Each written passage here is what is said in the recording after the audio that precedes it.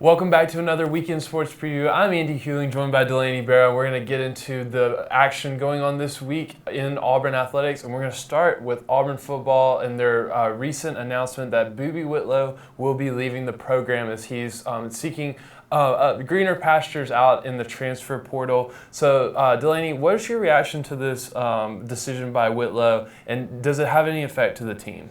I think the timing of the announcement was very interesting considering it came on National Signing Day when the Tigers signed more players, but I think it'll definitely leave a hole in the offense, but I'm not sure Auburn will have too much trouble filling that with all of the new recruits coming and the depth that they currently have on the roster. Yeah, and Whitlow obviously being one of the leading rushers for the Tigers last season. He had a lot of strength, a lot of power, but you've got a lot of guys now like DJ Williams and Sean Shivers, even Tank Bigsby coming in as a new recruit. He's supposed to be highly touted. So I think Auburn's going to be in a good place with running backs, but it definitely does not help when one of your leading rushers leaves the program. So that's going to cause a little bit of effect, but I think Auburn will be just fine in the running back department.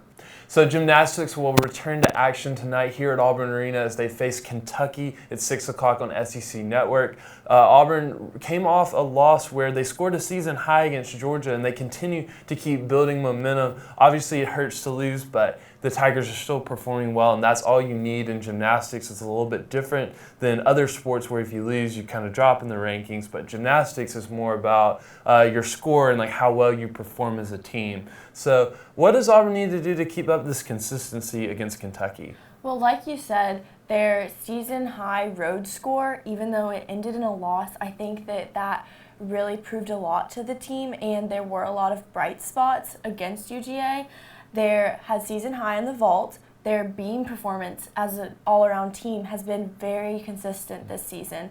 And actually, freshman Cassie Stevens beat Drew Watson for the all-around for the first time. And so I think that shows and speaks a lot for the potential of the newcomers and how they just can continue to bring new skills to the team. Yeah, for sure. And obviously, Darian Goborn, Drew Watson we've talked about it many times that they're the leaders of the team, but what have you seen out of these freshmen and these newcomers that have brought kind of the talent to the table for this team? I think they show out every single meet, and that speaks a lot to the team's effort and determination. And I know that they were talking earlier this week about how their goal is to compete as they practice because they have very successful practices. And the only thing they really need to fix are small things here and there, like hands and feet.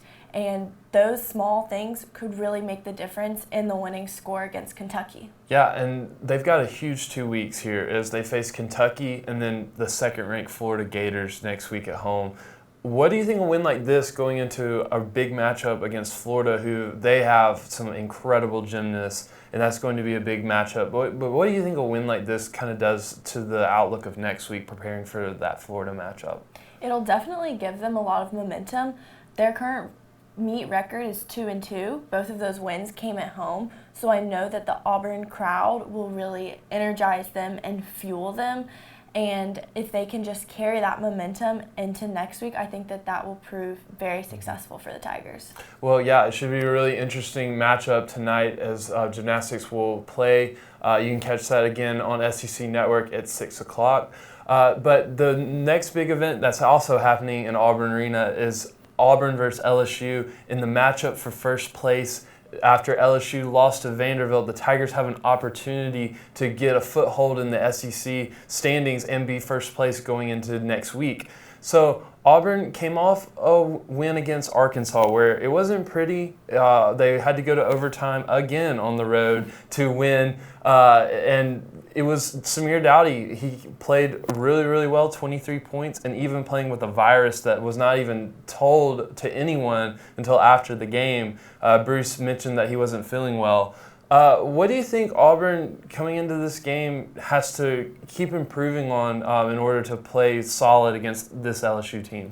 Well, I think one of the major takeaways from not only the Arkansas win, but also the win against Kentucky, they had 33 of 34 or 44 free throws against Kentucky.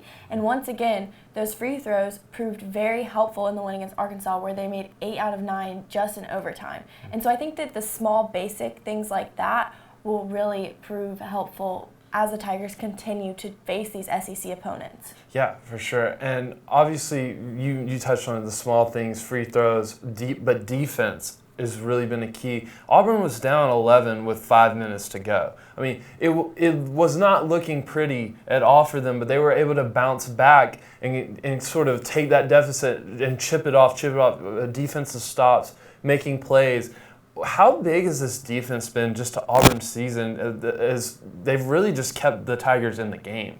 They really have, and the defense has just really been there for everything. And another thing the Tigers have going for them is the depth, and I know that Austin Wiley, he has gotten into foul trouble the past couple games, and so Bruce Pearl has been able to rotate in other guys to fill in his place. And at Arkansas, McLemore went in for Wiley, and he was still able to continue that defense, get those rebounds, and really just push the Tigers to victory. Yeah, and I think defense plays a key, especially when the offense isn't performing like they have been, that you can create those stops and even just keep your team in it. Because I think we've seen so many times where Auburn's not doing the best as far as shooting, but they stay in the game. And I look to, they were 31% against Kentucky, but they still won the game by 9 points because of free throws and then getting stops on defense. That can be a huge factor for the team.